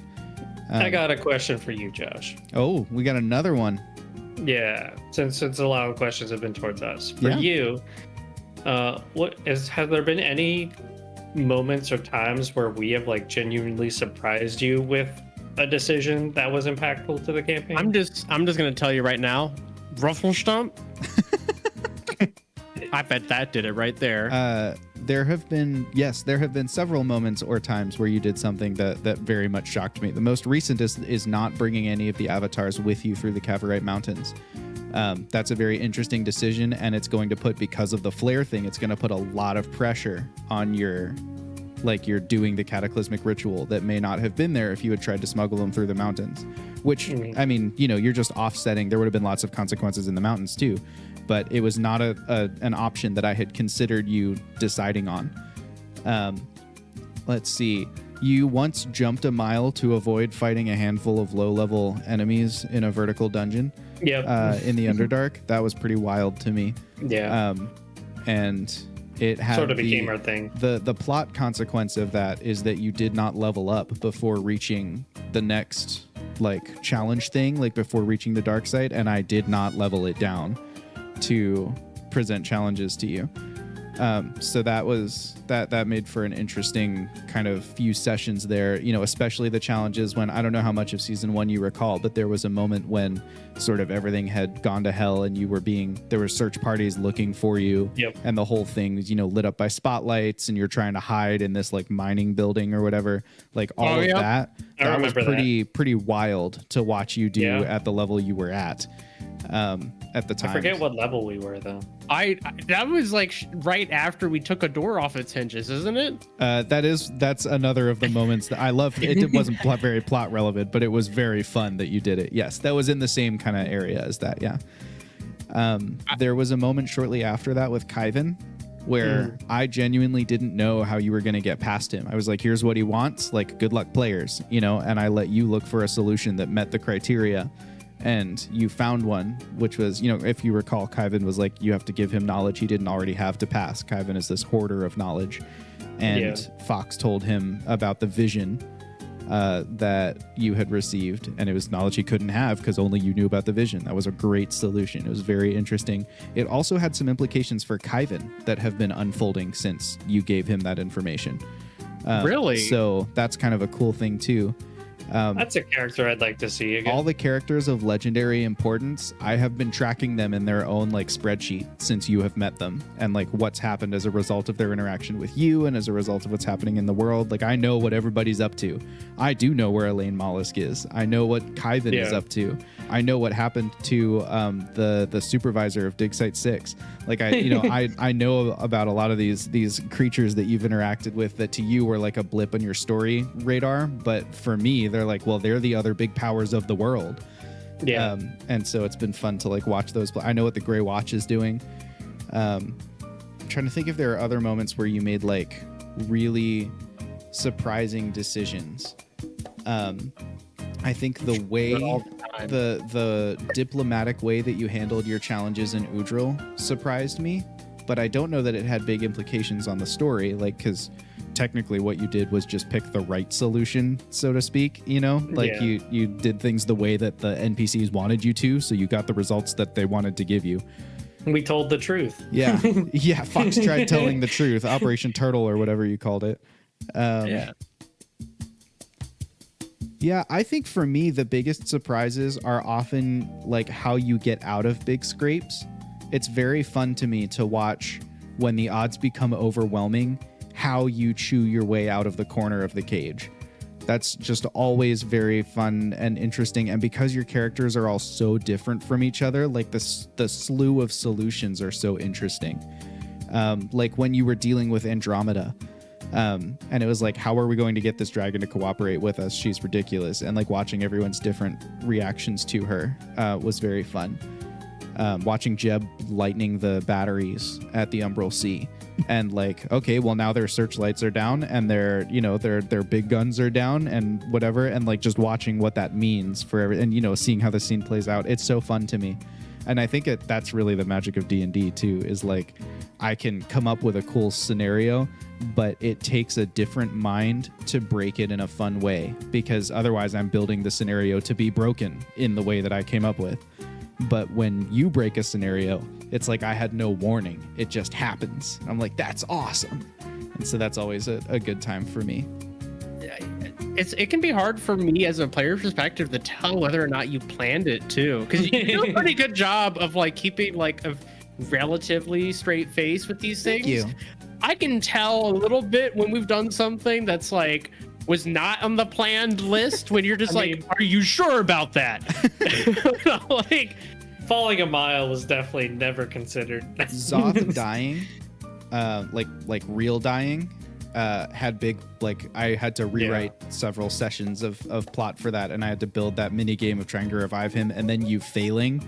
Like that was a big moment for me, watching that play out and how it happened and whatever. And Zoth really was dead, like for a long time. It wasn't like I just brought him back the next day. You know, there was a long time where Zoth was dead, and that was what happened. And until I found a reason to make it make sense, I wasn't going to bring him back. You know, like death is death for me.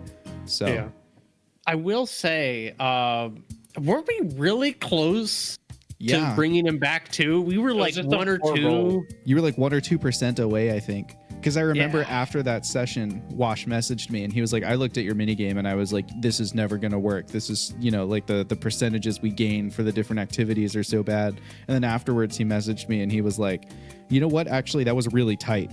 Like I had no idea how it was going to go. I was really, really proud of that little mini game we did. I have to go back and listen to that encounter. I will say it did remind me a lot, and I'll keep this short because it's a little unrelated.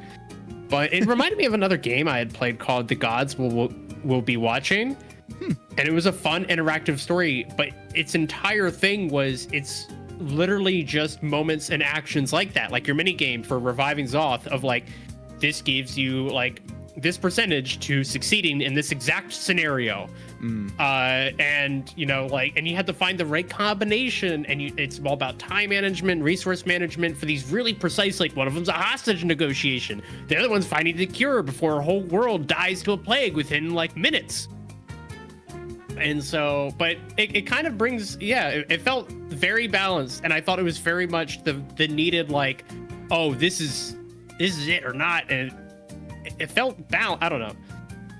It felt like if we earned it, we earned it. Yeah. It also, it kind of made me feel like which I wouldn't have done this in the middle of the campaign, but it almost made me feel like for future adventures, I would almost want death to be death, or maybe reduce death saves to 1, and you like it works or it doesn't, in order to give the party more of those opportunities to like earn it back, where it feels like a group success instead of like death isn't as impactful. It's like, okay, well now there's a death that the party's gonna fight against, and it gives you a chance to like turn it into character building moments. So like because there was a lot. Well, there was just a lot of really cool role play that happened in that session. And like watching the characters process at the end of each day, you knew what the percentage odds were of you successfully bringing back Zoth. And I would cut at the end of each, there were 10 days. And at the end of each day, I cut to somebody and gave them a little vignette to like what's happening with your character. How are they feeling? And it just was it felt really real to me. My suspension of disbelief was off the chain. It was so good. And I thought all of you rose to the occasion wonderfully. So I know we're getting close to the end here. One question I have left is, what's the plan after the campaign's over? I know some details about that, but have not been talking to everyone about it because I didn't want you to have to focus in 2 different directions. So that's something we're going to talk about in person the day after the campaign ends. I have some options and some things that we're going to talk about for like how people want to play and what should happen next and whatever. But it is on my mind, and I have some thoughts, and we'll come back to that. But I didn't want you to be like, hey, we're trying to be immersed in this story, but also now my brain is on the next story, and what's my character going to be, and how are we going to, are we going to do one, and all that stuff. Yeah. So I just wanted to kind of push that to the in most general terms. We have something in the works. There will be something else potentially after this. In the most general terms, all of our current players will have the opportunity to continue playing in some sort of adventure when this ends. I don't even want to hard commit players to doing it. Like, it's important to me that everybody has the option to out. So like that's how far back I am. But in some way, I will be playing D&D. And people are welcome to be there when I do. So that is the That is what I will say. There's definitely an adventure, and we're gonna have the option. I'm gonna first talk to you all offline about it, and then depending on what you say, maybe give chat a voice in it as well to either stay in this universe or build a new universe with chat. That's also gonna be a thing we can talk about doing. But all those details are to be decided later. So yeah. And also, here's one other thing we're going to do after it ends. And actually, this is a good thing to get your voices on too. I'm curious what your preference is. One of my plans is when our adventure ends, when the campaign is over, I want to do a no holds barred ask the GM anything. So you can ask me those questions on like, which ones did you have written and which ones didn't you? Or, did you fudge the numbers on this? All those things that you've been like secretly thinking or talking about in your little players only chat, like open the floodgates, hit me with everything. I'll share my notes with you in Notion, like that depth of level if you want it. Is that something that you would want right away, like the day after the adventure ends? Or is that something that you'd want to wait a couple weeks and then do it so that you have time to like process more? I don't know about a couple weeks, but I think we should That's end hard. the campaign. I think doing like the Nemis would just be a really fun way to decompress. The Nemis will be happening on Sunday. Oh, okay. Yeah. Maybe like the next week, do something like that. Ask the GM. Like I don't think I want it to be like a month after we end, because then nothing will be fresh. But not like immediately after. I will say I'm impatient. And I know it's maybe not the most fulfilling thing to do, because if we do it immediately after, we're not going to have a lot of time to go everything we want to. Like maybe we could just do a little primer after the Nemis where it's just like, hey, you've got 10 minutes, ask me anything or something like that. And then you can just like start with your burning questions and then we can come back to it another time. I'm open to that too. I don't want to monopolize the time with me. Like, oh, what Josh has to say is going to be so fun. We should do a whole stream for it. But I'm open to that. I think it's going to be a fun time. Yeah. So. Oh, all right. So I do have one question. Okay. Obviously, this isn't like I'm going to ask it in the most general terms because I'm not even sure if you'd be allowed. I'm just curious. Are there powers to be that are working that we've worked in opposition against on accident? Because you mentioned you're tracking all of these other people, right? Oh, yeah. I got to imagine there's people we've accidentally worked against that might be on our side or might not be for the Aboleths at the very 100%. least. And we've just effed them over. I'll give you one of them for free. Elaine Mollusk had secretly taken out a floor of Summit Tower and was working on something there. No. Oh. But I won't tell you what it is until we get to the of course not. post-adventure Of course thing. not. But like so there are moments where your decisions have had adverse effects on your allies. Without knowing. At least in that circumstance, luckily for you, Elaine Mollusk was the kind of personality who's like, shucks, and like moves on. She's not the kind to like hold a very bitter grudge. It's not like we were communicating and intentionally destroyed her lab or anything. I'd still be upset. I don't know about you. That's it. I'm upset. Sorry, I didn't mean to blow up your house. Yeah. Oh, I'm so sorry that I destroyed your home. Yeah, all your listen, progress.